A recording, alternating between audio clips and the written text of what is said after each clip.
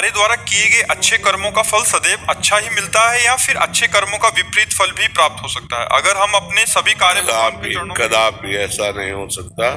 अच्छे कर्म का फल विपरीत नहीं हो सकता, कदापि नहीं हो सकता, क्योंकि कर्म का न्याय करने वाले भगवान है।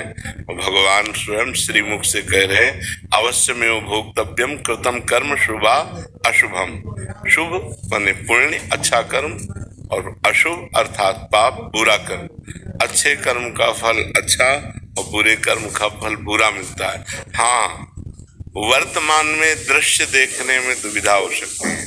जैसे वर्तमान में कोई धर्मात्मा पुरुष है, धर्म का आचरण कर रहा है, अच्छा आचरण कर रहा है, लेकिन उसको दुख भोगना पड़ रहा है क्योंकि पूर्व का पाप उसका लागू हो चुका है। जैसे बड़े बड़े संतों को देखा गया कि वो इस समय बिल्कुल सही मार्ग में पूरे जीवन भर चले, लेकिन इस जीवन में उनको बड़ा कष्ट उठाना पड़ा, तो पूर्व का जो पाप है वो उनको भोगना पड़ता है।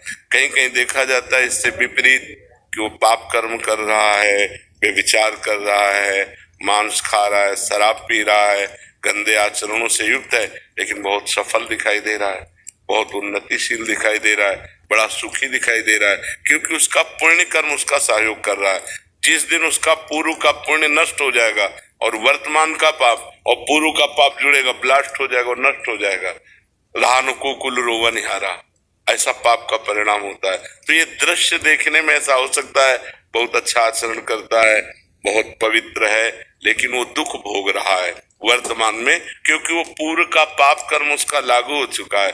जिस दिन वर्तमान का पुण्य और पूर्व का पुण्य एक हो जाएगा, उस दिन वो चमक उठेगा। तो कभी सत्य कर्म का फल दुख नहीं होता और कभी असत्य कर्म का फल सुख नहीं होता। किसका प्रश्न था? तो आप समझ रहे हैं हमारी बात जी।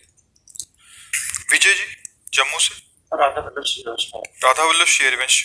महाराज जी, अगर प्रारब्ध जन्म से पहले ही लिखा जा चुका है तो फिर आशीर्वाद का भी कोई महत्व होता है? जैसे आयुष्मान भव, सौभाग्यवती भव, चिरंजीवी भव, ऐसे ये सब केवल बातों के हैं, ये सब बातों के हैं। चिरंजीवी वही होता है जो अविनाशी स्वरूप में स्थित हो जाता है। शरीर कभी चिरंजीवी आज तक हुआ है किसी का? कौन ने चिरंजीवी का आशीर्वाद देता है? कोई हुआ चिरंजीवी? कि आपको सृष्टि में दिखाई दे रहा है क्या चिरंजीवी हुआ? सब मरते हैं, इसका नाम मृत्यु लोक है। ये केवल व्यवहार के आशीर्वाद है, सुखी रहो, चिरंजीवी भव, आनंद लो। लेकिन भजन न करो तो आनंद मिल जाएगा क्या? भगवान का चिंतन न करो तो सुखी हो जाओगे क्या?